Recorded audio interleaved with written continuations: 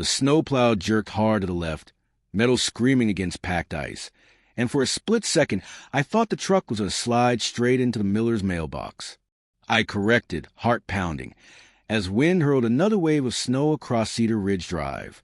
The blizzard had been downgraded on the news an hour ago. That was a lie. Visibility was 10 feet, maybe less. Houses blurred into white shapes. Somewhere behind me, a car horn wailed and died. I was already mid-job when it all went wrong. This wasn't scheduled. This wasn't paid. I'd hooked the old plow onto my pickup at 2 a.m. because the road hadn't been touched in 12 hours, and the miller's oxygen delivery truck had turned around twice.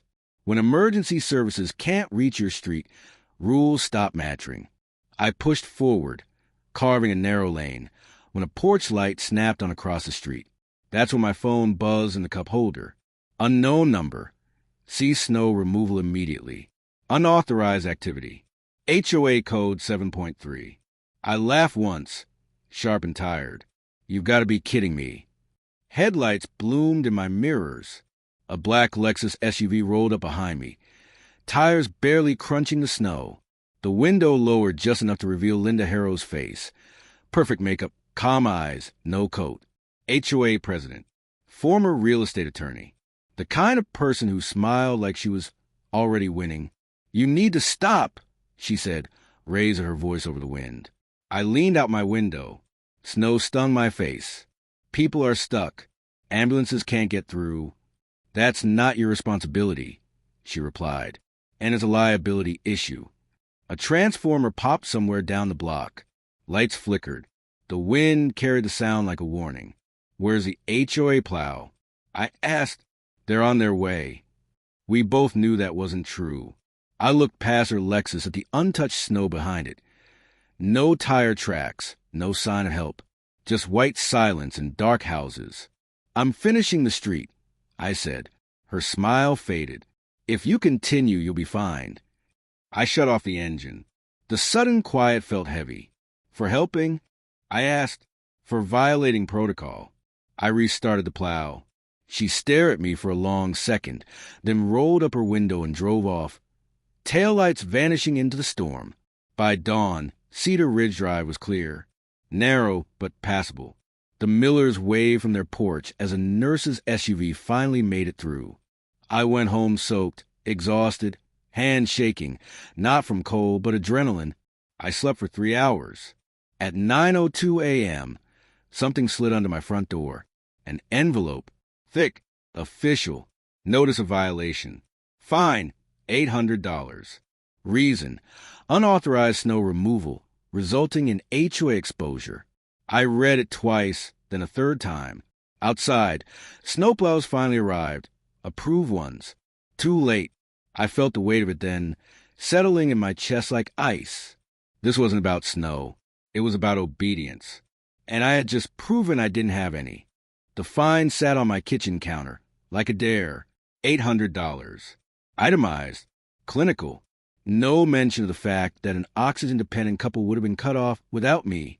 No acknowledgement of the blizzard still clogging side streets. Just rules. Violations.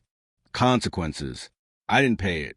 Instead, I read, HOA bylaws aren't meant to be read cover to cover. They rely on exhaustion, on people skimming until their eyes glaze over. That was their first mistake. I used to audit compliance contracts for a living. Fine print is where the truth hides. 3 hours in, I found it. Section 5.12, Emergency Access Exception. In the event approved vendors are unavailable and public safety is at risk, residents may take reasonable action to restore access. Reasonable action. That was me. Clear as day.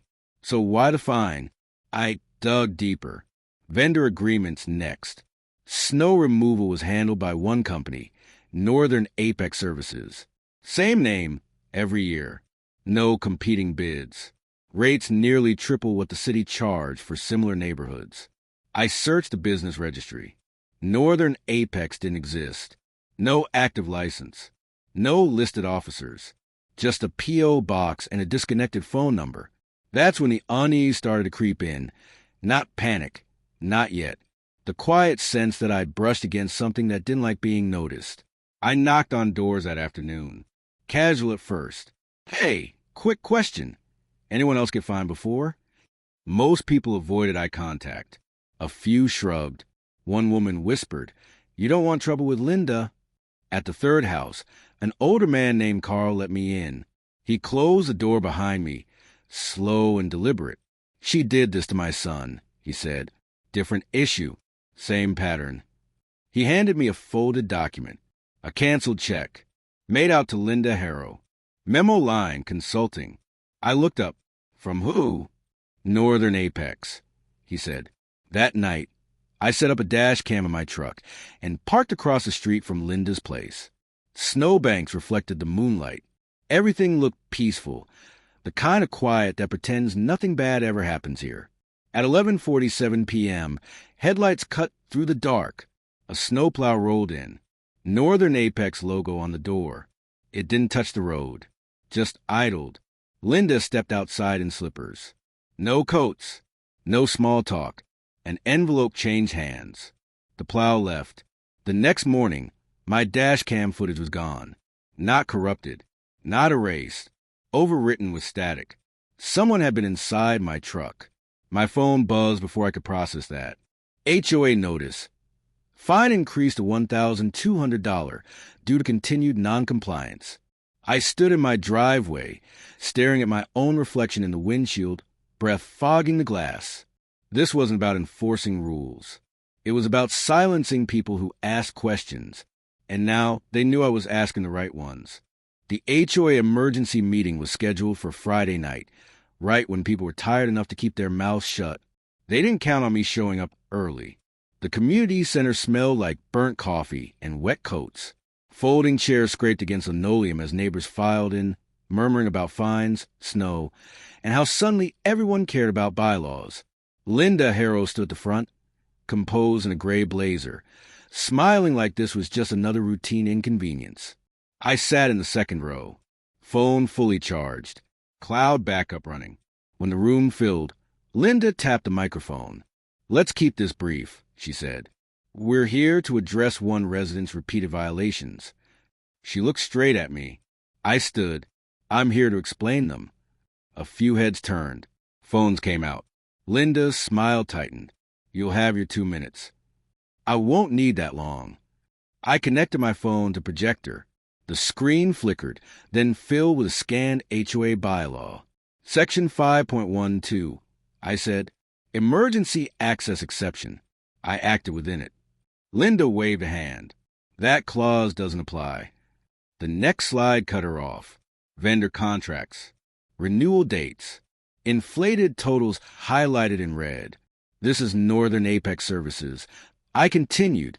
"Your exclusive snow vendor. No bids. No license. No physical address." A murmur rolled through the room. Linda laughed, sharp. "You're making accusations you don't understand." I clicked again. A canceled check appeared on screen. Her name, her signature. Silence. Then the audio played.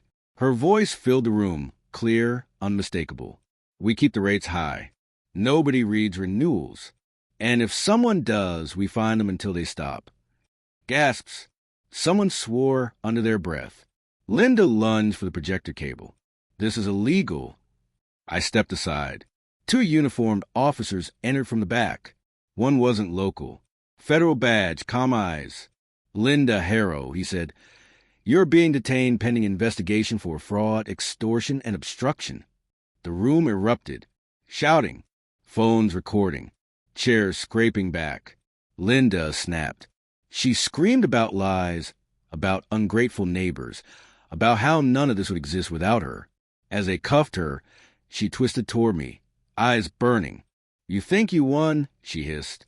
"You have no idea how big this is." The lights flickered. For a heartbeat, everything went still. Then they let her out. I stood there, heart racing, as the weight of it settled in. I'd exposed her. Publicly. Completely. But her last words echoed louder than the applause that followed. Because people like Linda don't build systems alone. And systems don't collapse that easily. The fines were voided by Monday. Every dollar refunded. Every notice retracted. The HOA's legal counsel sent out an email so carefully worded it might as well have been written with tweezers. Procedural failures, temporary suspension of leadership, ongoing review. Linda Harrow's name was never mentioned again. By the end of the month, the HOA itself was gone. The city stepped in. New management, open bidding, public records. Northern Apex Services evaporated overnight, like it had never existed. The approved vendor list tripled. Snow routes were published. Rules got simpler. Fairer. People started talking again. The Millers brought over a pie. Still warm. Steam fog in my glasses when I opened the door. "You saved us," Mrs. Miller said, squeezing my arm like she was afraid I'd disappear. Kids sled down Cedar Ridge Drive the next weekend, laughing where the snowbanks used to loom like walls. Life smoothed itself out. Or it tried to. I sold the plow attachment. Went back to my regular job. Stopped checking my phone. Every time a number I didn't recognize popped up. Almost convinced myself it was over. Almost. During discovery, one document stuck with me. Not the checks. Not the audio. A spreadsheet buried deep in the files the federal agent let me glance at before everything went quiet. It listed HOAs. Hundreds of them. Different states. Same vendor structure. Same inflated rates. Same consulting payments. Different names at the top. Linda wasn't the architect. She was a node. The investigation ended quickly. Too quickly. Linda took a plea deal. Minimal jail time. Charges narrowed. The case closed with a neat little bow the city could point to and say, "See? Fixed." Last week, an envelope showed up in my mailbox. No return address. Inside was a photocopy of my old HOA bylaws. Section 5.12 circled in red ink. Under it, a handwritten note. Some roads are meant to stay closed. I stood there for a long time, listening to the quiet street. That night, the weather alert pinged my phone. Another storm coming in. Heavy snow. High winds. I looked out the window as the first flakes started to fall, slow, deliberate, like they were taking notes.